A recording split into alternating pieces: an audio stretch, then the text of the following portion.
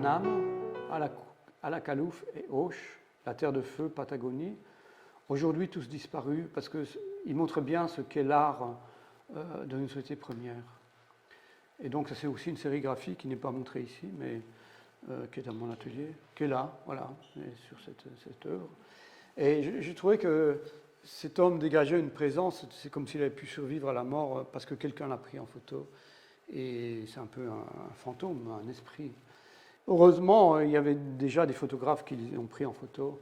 Donc voilà comment ils se déguisaient pour leur rituel, dont je parlais un peu plus tard. C'est assez fascinant, bon, c'est un peu des Pères Noël, en quelque part. Voilà. Et donc là, malheureusement, avec la lumière, on ne voit pas, mais cette œuvre est exposée ici. C'est noir sur noir. Bon. Et ces hommes-là avaient fait le plus long parcours depuis l'Afrique. C'est ceux qui sont allés le plus loin. Et il y a 14 000 ans, ils sont arrivés en terre de feu tout au bout du monde, à l'autre bout de la matrice africaine. Donc vous pouvez les voir ici, décorés entre guillemets avec des symboles que je ne connais pas bien sûr. Ils faisaient des pièces de théâtre comme ça, enfin des pièces de théâtre, des rituels. Vous voyez aussi ça, c'est fabuleux. Les rituels des Selknam, quand le soleil poursuivait la lune, Anne Chapman. Anne Chapman a écrit un livre sur ces rituels. Sur la scène du Han, inversement symétrique du domicile céleste de la lune, où elle reçoit les esprits des chamans qui lui rendent visite pendant l'éclipse, on voit surgir et se poser nus sur la neige des esprits masqués, souterrains et célestes, chargés d'une incroyable puissance qui inflige au Klokten, les jeunes initiés, des épreuves cruelles et dégradantes qui vont les conduire à la maturité. Bon, en fait, c'est des rituels de passage. Fille neige, mère vent, mari pluie, clown érotique et agressif envers les femmes, se livrant à des jeux impurs, ballerines, cocus, bouffons grotesques, tout ce monde comique et taquin a peur les jeunes et raille les femmes jusqu'à ce qu'elles prennent petitement leur revanche. Il y a un problème dans les sociétés traditionnelles, c'est que souvent les femmes n'ont pas leur place exacte. J'ai écrit un article avec une amie turque et pour elle, les traditions sont des contraintes plus qu'autre chose. Donc tout dépend des cultures, bien évidemment, et il faut penser à ça aussi. Bon, enfin bon, là on voit des femmes Selknam qui ont l'air en bonne santé. Et c'est une tribu, ils vivent ensemble, ce qu'on a un peu perdu aujourd'hui. Et là, c'est la photo la plus horrible que je puisse connaître, c'est-à-dire que c'est des chasseurs anglais qui s'appellent Julius Popper, chassant les Indiens avec ses hommes près d'un Selknam mort et dénudé. Voilà. C'est très très violent, on les a chassés comme des lapins. Et en 96, mourut l'Indienne Lola Kiepsha, dernière descendante de ces peuples. C'est un peu triste. C'est-à-dire que leur langue a disparu, leurs rituels ont disparu, et on ne sait pas, on ne sait plus. Et aujourd'hui, tellement de langages et tellement de cultures disparaissent, bon, c'est un peu mon rôle d'artiste d'en parler. Là, je voulais venir à l'Égypte. En opposition à toute cette violence dont je viens de vous parler, la destruction de cultures premières, j'ai trouvé sur cette statue égyptienne qui est au Louvre une espèce de forme d'apaisement. C'est-à-dire qu'elle porte de l'eau ou des urnes funéraires, elle fait des offrandes au monde. Et travailler sur cette image m'a beaucoup apaisé. Et donc voilà, j'ai travaillé comme ça. C'est vraiment l'opposé de la violence, la générosité. Bon. Et en 2007, j'ai commencé une série qui s'appelle Sky Umbilicus. Il y en a qui sont ici. Et c'est une réflexion sur comment les sociétés premières, ou égyptiennes par exemple, l'Antiquité, utilisaient les animaux pour voyager vers les au-delà. Donc, on a cette sérigraphie qui est ici. Donc, dans beaucoup de cultures traditionnelles, l'âme du mort passe par l'intermédiaire d'un animal. Ici, on voit que c'est un cerf, pour après rentrer dans le corps de la femme qui est dénudée ici. Je trouvais que cette image était superbe. C'est une métaphore de l'au-delà. Et ici, nous voyons la déesse Nut, dont le corps se déploie au-dessus de la terre pour la protéger. protéger la terre. Ses membres doivent toucher le sol et symbolisent les 4 points cardinaux.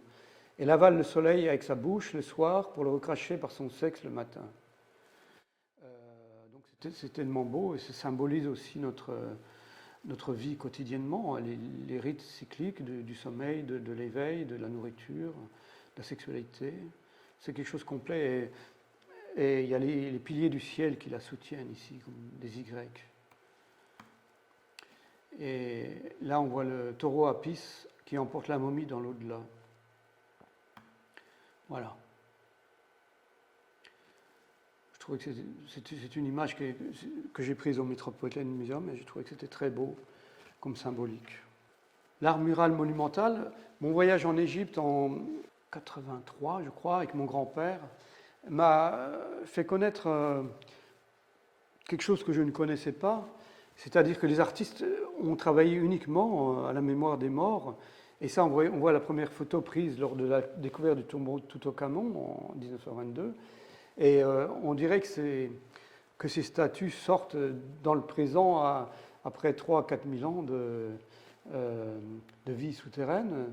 Et je rends plus hommage aux artistes qui ont pu réaliser ces œuvres, qui ont survécu, qu'à Toutankhamon. Mais bon, peu importe, je pense que les artistes sont importants. Ça. Et donc, j'ai eu un peu une révélation dans la tombe de Néfertari, que vous voyez ici. C'est ce qu'on peut appeler l'art total. Et quand j'ai découvert ça et que je suis rentré aux Beaux-Arts à Besançon, j'ai dit l'art n'est pas dans les écoles. Donc j'ai un peu claqué la porte des écoles et je suis parti ailleurs pour pouvoir développer mon travail. Et on peut voir ici ce que ça a donné sur moi, ce que cette influence de l'art mural a donné sur moi. C'est ce qui est exposé actuellement au Musée des Beaux-Arts de Besançon. Voilà. Et qui continuera encore un certain temps. Donc là, je voulais un peu parler très très brièvement de ce qu'on peut appeler l'imposture individualiste et matérialiste, le déficit spirituel contemporain, la société uniquement matérialiste et pornographique, la disparition des rituels, de la nature et la transe. La mode, bon, je suis tombé sur ces images l'autre jour et je dis waouh, ça dégage ça. Je veux dire, sont des modèles qui portent comme des fumigènes sur la 5e symphonie de Mahler. Donc on est vraiment arrivé à la quintessence du ridicule. Et celle-là, peut-être vous la verrez mieux. C'est quelqu'un qui porte des bouts de bois sur sa tête et qui défile comme ça. Bon là, c'est vrai que nos sociétés arrivent à des dérives complètement absurdes et abscons. Et qui n'ont plus beaucoup de sens. Enfin, ça a du sens pour les riches et célèbres, comme on peut dire. Enfin bon, voilà. Et comme disait Pierre Bourdieu, le goût, c'est le dégoût du goût des autres. Ça illustre exactement ce qu'on vient de voir. C'est-à-dire que quelques gens, parce qu'ils ont le pouvoir politique ou qui possèdent des grosses galeries, imposent le goût sur tout le monde, quelque part. Parce que bon, on est obligé de dès l'instant où on diffuse ces informations-là, on est obligé de les voir. Après, on peut être d'accord, et il faut bien sûr une diversité des choses, mais bon, c'est quand même assez... C'est terrible parce que ça ne signifie plus rien du tout, juste une position. Je oppose ça au rituel des sociétés premières. Voilà, c'est une petite fille qui embrasse un veau. Voilà, ouais. Et là, c'est pareil, c'est un veau qui est dans une maison où ils ont fait des dessins pour le veau, justement. Et je trouve ça assez touchant. Et là, sont des femmes hindoues qui dessinent un dessin pour accueillir les dieux devant un temple, à la craie. Elles font le dessin quotidiennement. Ça parle de l'éphémère. Et ici, voilà aussi des offrandes quotidiennes, au lingam et au yoni, qui sont les symboles masculins et féminins. Et il est dit, l'immobilité absolue et le mouvement ultime sont la nature de Shiva. Que pour eux, le dieu Shiva, c'est à la fois cette immobilité et cette énergie énorme.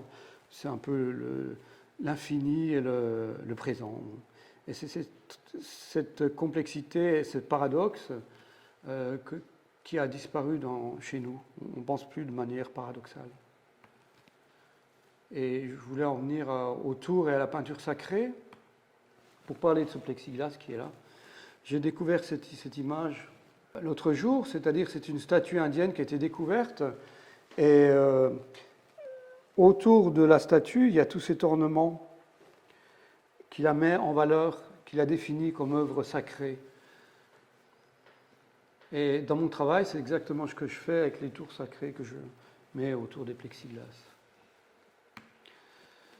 Et Régis Debray en parle très bien dans La jeunesse du sacré. Une métaphore que nous apprend-elle? Qu'une terre promise, ouverte à tous les vents, cesserait de l'être, et que la clôture, grillage, cordon, balustrade, haies, barrières, jubé, chancelle, courtine, est d'un autre ordre que le rinceau ou la palmette. Ce n'est pas ornemental, mais transcendantal. C'est-à-dire que le tour définit quelque chose qu'il faut respecter quelque part. Et donc voilà le schéma d'installation de mes œuvres sur plexiglas, du tour de mes œuvres sur plexiglas. Le tout est l'archaïsme. Là, je vais citer Novalis, qui est un écrivain romantique allemand. Il ne paraît pas sage de vouloir saisir et comprendre un monde humain sans être plein soi-même, d'une humanité épanouie. Aucun des sens ne doit sommeiller, et s'ils ne sont pas tous également éveillés au même degré, il faut pourtant que tous soient sur le qui-vive, qu'aucun ne soit opprimé ni ne se relâche. C'est important de comprendre cette complexité du monde, j'en ai parlé précédemment, mais plus on ouvre sa conscience, j'en parlais tout à l'heure, plus on a de chance de ne pas passer à côté de choses importantes. Et là, par exemple, j'ai pris cette photo d'un cerf grec archaïque au Metropolitan Museum, toujours. Et donc voilà l'œuvre que j'en ai faite. C'est une œuvre sur papier, grand format. Et c'est une œuvre que j'ai également imprimée sur plexiglas. Et ça, c'est un gribouillis. C'est des gribouillis érotiques avec un gribouillis que j'ai fait moi-même. Parce que justement, je veux entrer aussi dans le chaos. Parce que souvent, nous trouvons dans le chaos la force de créer, la force de création. C'est important de travailler avec toutes les énergies, comme j'en ai parlé précédemment.